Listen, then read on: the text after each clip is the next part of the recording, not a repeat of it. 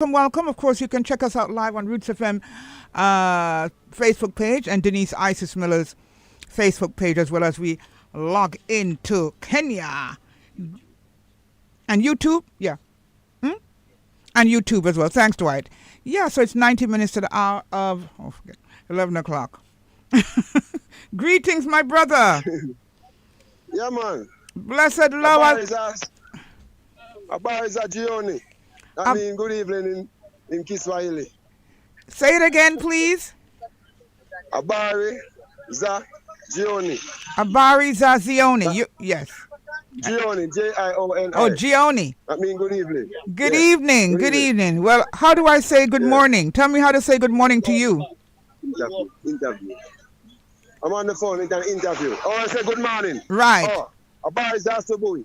Boy, you say it too fast. You forgot to slow it, man, man. Abariza.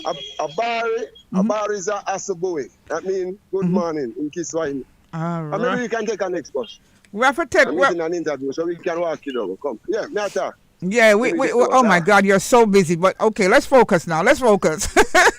welcome, my brother. Boy, Kimati. Yeah, we forgot to take the class afterwards. I know you're gonna every step of the way you're gonna tell me what your language is along the way, right? But Kimati in Nkrumah, we welcome you. Yes. And Sharon Oshun is listening as well, because we all went to Africa together in 2014. Yeah. All the Matatal, Isis. Yes. Nigos Bongabashai. Yes.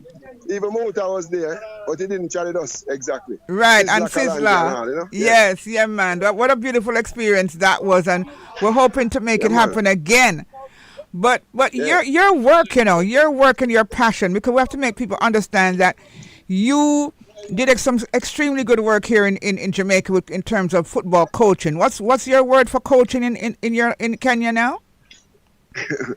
Dimba Malimu, that means football teacher, Football teacher. I don't want to use coach. Coach is when time somebody sitting in a chair or someone shouting from the sideline. And that's not you. More than that for me. Right. I was giving the listeners an introduction to your holistic or Afrocentric way, which was even in Jamaica you were doing that. That's not because you're on the continent. Man.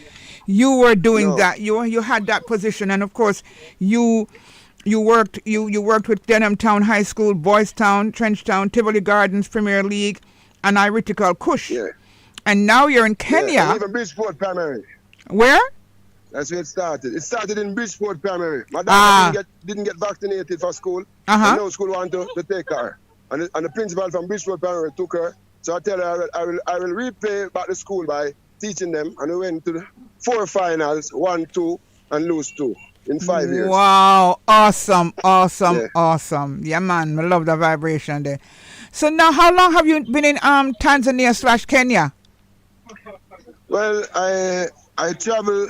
Well, I've been traveling to Kenya since 2017. Right. First time in Africa was 2014 with you, of course. Oh, yes. Then I finally know that we need to be here in Alkebulan. That's where we belong, especially the eastern part of Alkebulan. Alkebulan is Africa, if most of us didn't know. Right, Alkebulan, yes. Yeah, so I've been here since 2022. 2022. Yeah. Just after the pandemic. No, man, it'll go on same time we are Chad. Yes, I remember now. True. I remember. Yeah, you went through a trot there, man. Yeah, man. So we actually without mass and all these things and immigration and custom and everybody. I tell them, so we are going home, so do what you want to. Anyway, it's about 2022, 2021. And we spent our entire year in Tanzania. I was there doing the same thing with some youths in a place called Njoro. But in Tanzania, it was more try to settle. But I said, no, Kenya is a place because that's where I travel most of my time. Right. And I've been traveling here since 2017 doing it at these academies. And they are familiar with me. So let us do that in 2023. Right. So I tried Kenya 2023. And ever since, I'm still here. Wow. Doing it now. Yes. And so I saw last night we were communicating about how you communicate with the youth. Them. It's not just a normal. That's why you can't call it coaching. because it surpasses coaching. Talk to the listener now about, I'm going to do a part 2 because we started a little late and so forth, but talk to the listener now about how, your holistic approach to, like training them in football.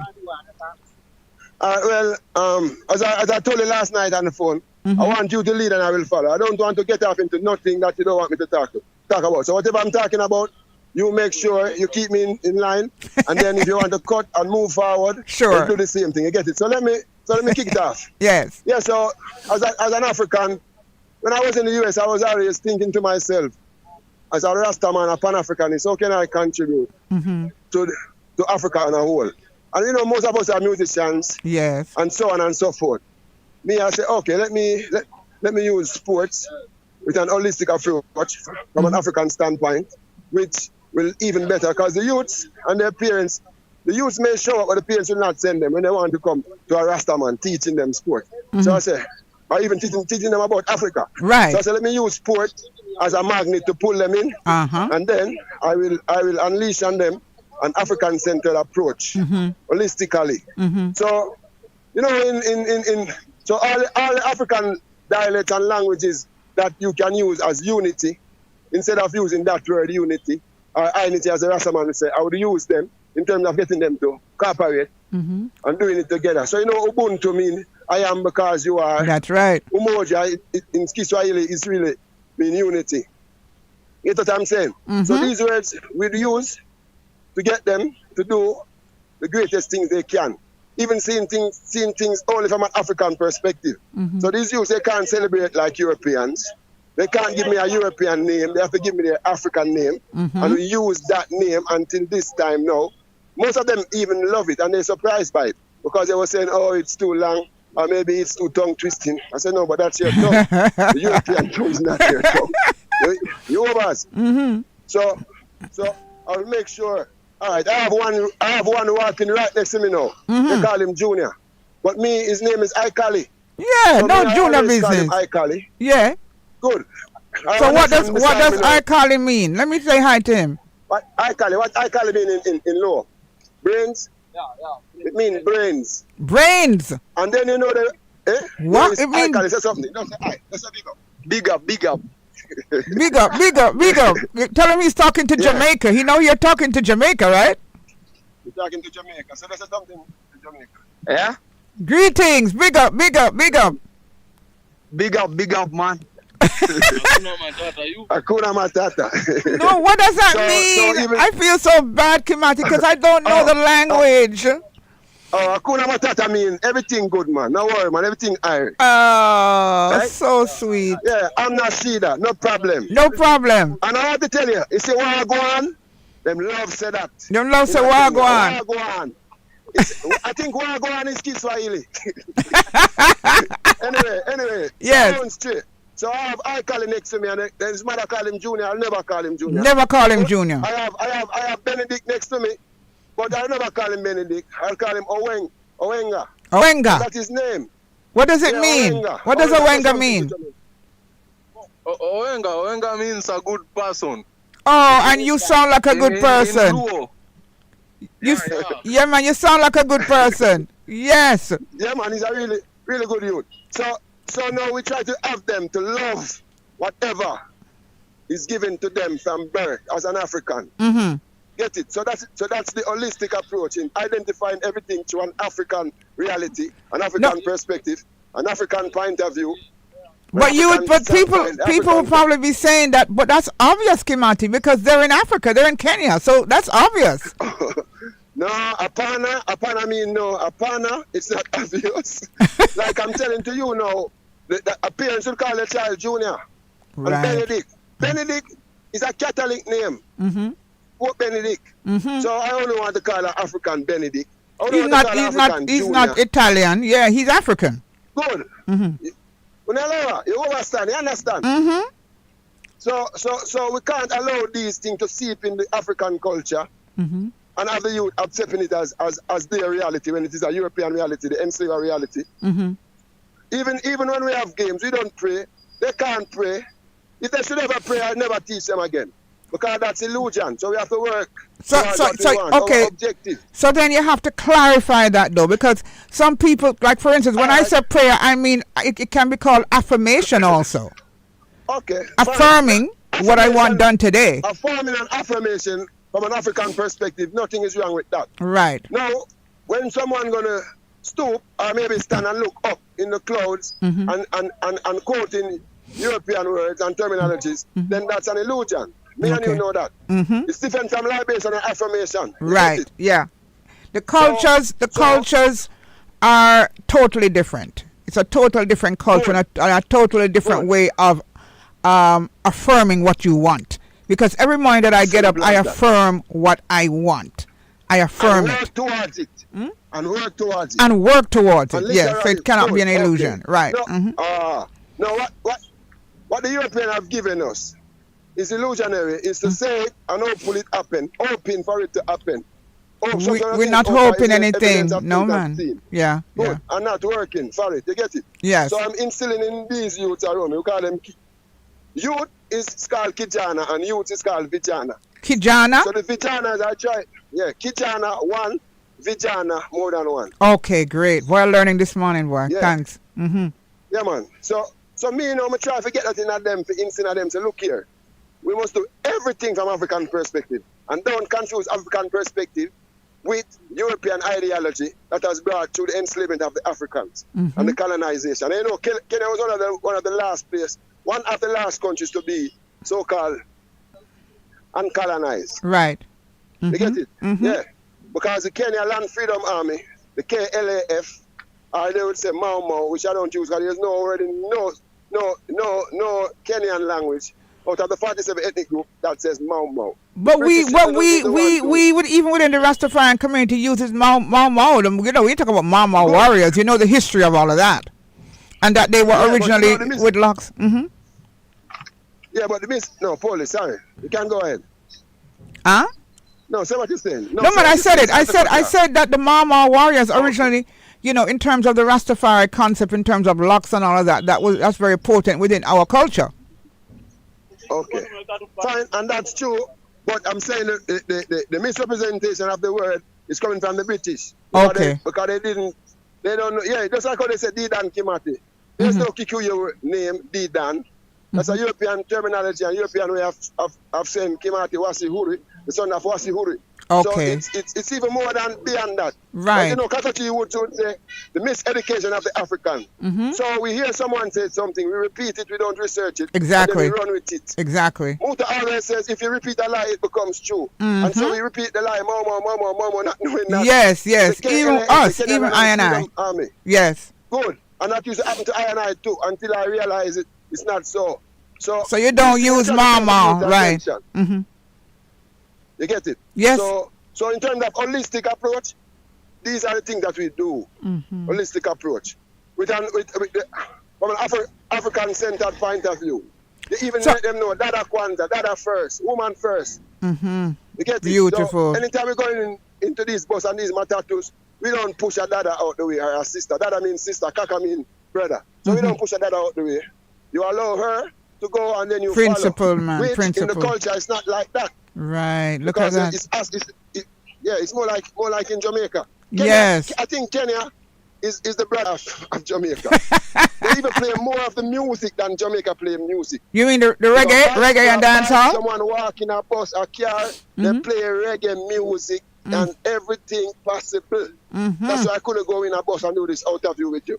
Because the music would be so very loud. Okay. Very culturally inclined. Yes. Yeah, because I have a brother here who's here from Kenya for about 10 years now. He's adopted Jamaica as his own, but he's a priest, but he does a part of my program with me talking about Africa on a Monday and a Friday. And let me tell you something, he loves Jamaica. When I said, okay, I'm the Kenyan and you're the Jamaican. Let's do it that way then. Let's just seal it up. I'm the Kenyan, you're because the way him love Jamaican, it's unbelievable. So I understand what you're saying when it comes on to Jamaican culture. Let me tell you something. Kenya is the capital of Jamaica, reggae, dancehall, one drop, roots, rocksteady. Kenya is the capital of that. Not even Jamaica is. Wow. Really now? You get me? Yeah, all right. You have something them called bike. Border border. It's called border border. Border border. They all have a Jamaica flag. They all play reggae music through Bluetooth on their phone. On the border border. The matatu, the minibus, the IS bus looking. Them play music in it, straight reggae, dancehall, one drop, steady rock, whatever. But it's coming, the music coming from Jamaica. Jamaica, so all the way. Here, yeah. So being here to let the youth them listen to you, it's not difficult. It's just that you have to differentiate from them now, the good side of Jamaica and the not so good side of Jamaica. Right. You understand? Yes. Yeah, as I said, Swahili, unalewa. Unalewa. Yeah, una. Yeah, I can say it for her in the proper way. Unalewa. Unaelewa. Una UNALEWLA. What does that mean? Unaelewa. It means you understand. Okay. Yeah, you're overs. No, Mr. What a piece of class are going on. Yeah, and then you can say CLL. CLL. Yeah, I understand. CLL. Yeah. Jeez. But you know me, the youth them use understand no more. They use overstand. Overstand. That's the reason with them. So before we have to do a part two, because obviously we're out of time now, but what do their parents think about your approach? Let me tell you, at first, some of the parents didn't like it because they are thinking this person is anti-religion. Right. Not knowing that the religion that I'm against is the one that the European twist in the way they want it. And not the one that they actually start twisting it from. You get what I'm saying? Yeah, so out of fact, I will let Akali answer that question.